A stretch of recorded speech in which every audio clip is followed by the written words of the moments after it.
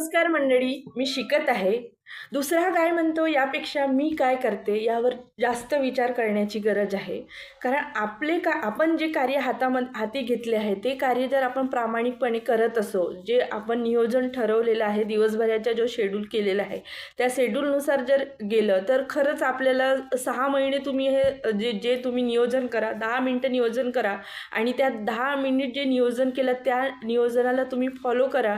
खरंच तुम्ही 6 महिन्यानंतर तुम्ही स्वतःला बघा की तुमच्यामध्ये म्हणजे किती तरी 85% तरी तुम्हाला खूप स्वतःमध्ये बदल दिसेल आणि खरंच तुम्ही जे ध्येय ठरवलं आहे त्यामध्ये तुम्हाला यश नक्कीच मिळेल.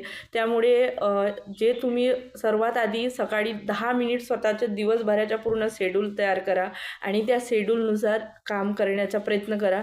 खरंच तुम्हाला त्यामध्ये फायदा झाल्याचं दिसेल आणि तुम्हाला पण खूप आनंद आणि समाधान मिळेल की आपण आपल्याला जे वेळ आयुष्य मिळालेलं आहे त्याचा आपण सदुपयोग करतो आणि आपण खरंच खूप चांगलं आयुष्य जगतो म्हणून.